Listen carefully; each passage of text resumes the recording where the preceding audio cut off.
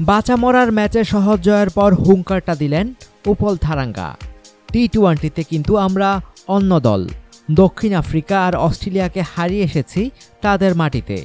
তবে ইতিহাস বলছে টি-20 সিরিজের ভেন্যুতে সেই অন্যরকম লঙ্কান দলের রেকর্ড খুব একটা সুবিধার নয়। সিংহলী স্পোর্টস ক্লাবকে পিছনে ফেলে শ্রীলঙ্কার হোম অফ ক্রিকেট এখন আর প্রেমাদাসা স্টেডিয়াম। আধুনিক সব সুযোগ সুবিধা আছে এখানে। স্টেডিয়ামটি দেখতেও সুন্দর। কলম্বোর প্রাণকেন্দ্রে অবস্থিত এই স্টেডিয়াম শ্রীলঙ্কার ক্রিকেটেরও প্রাণ।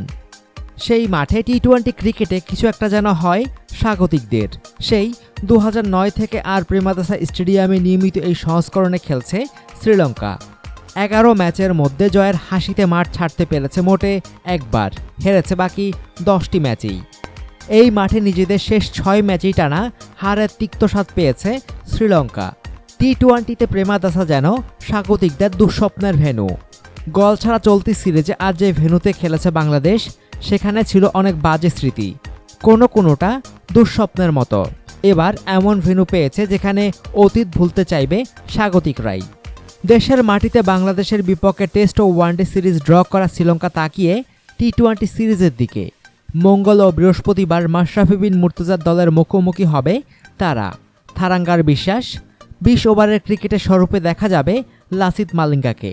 তার উপস্থিতিতে শক্তি আরও বাড়বে স্বাগতিকদের। টেস্টের পর ওয়ানডে সিরিজও ড্র হয়েছে 1-1। অতিথিদের লক্ষ্যটা পরিষ্কার, জয় দিয়ে শেষ করা। শ্রীলঙ্কার বিপক্ষে সর্বশেষ টি-20তে জয়ের স্মৃতিও বাংলাদেশের অনুপ্রেরণা। এখন পর্যন্ত শ্রীলঙ্কার বিপক্ষে 5টি টি-20 খেলে 4টিতেই হেরেছে বাংলাদেশ, জিতেছে ওই একটিতেই। 2007 সালে জোহানেসবার্গে দুদলের দেখায় বাংলাদেশ হেরেছিল 64 রানে। 2013 সালে পাল্লে কেলেতে স্বাগতিকরা জিতেছিল 17 রানে। 2014 সালে দেশের মাটিতে 2টি ম্যাচেই মাশরাফির দল হেরেছিল শেষ বলে। ক্রমশই ব্যবধান কমিয়ে আনা বাংলাদেশ গত বছর ফেব্রুয়ারিতে এশিয়া কাপ টি-20তে শ্রীলঙ্কাকে বিদায় করে উঠেছিল ফাইনালে। তার ধারাবাহিকতা ধরে রাখার দিকে মাশরাফির মনোযোগ।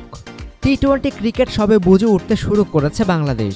তবে হঠাৎ আসা দু একটা সাফল্যই এখন পর্যন্ত এই সংস্করণে তাদের প্রাপ্তি। কতটা অধারাবাহিক যা র্যাঙ্কিংও দেখাচ্ছে। বাংলাদেশ বর্তমানে আফগানিস্তানেরও পিছনে।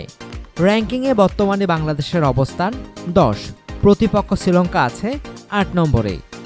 র্যাঙ্কিং আর শক্তি দুদিক থেকে দল দুটি কাছাকাছি। মাশরাফির বিশ্বাস, একটি স্পেল বা একটি ইনিংস পার্থক্য গড়ে দিতে পারে দুদলের মধ্যে।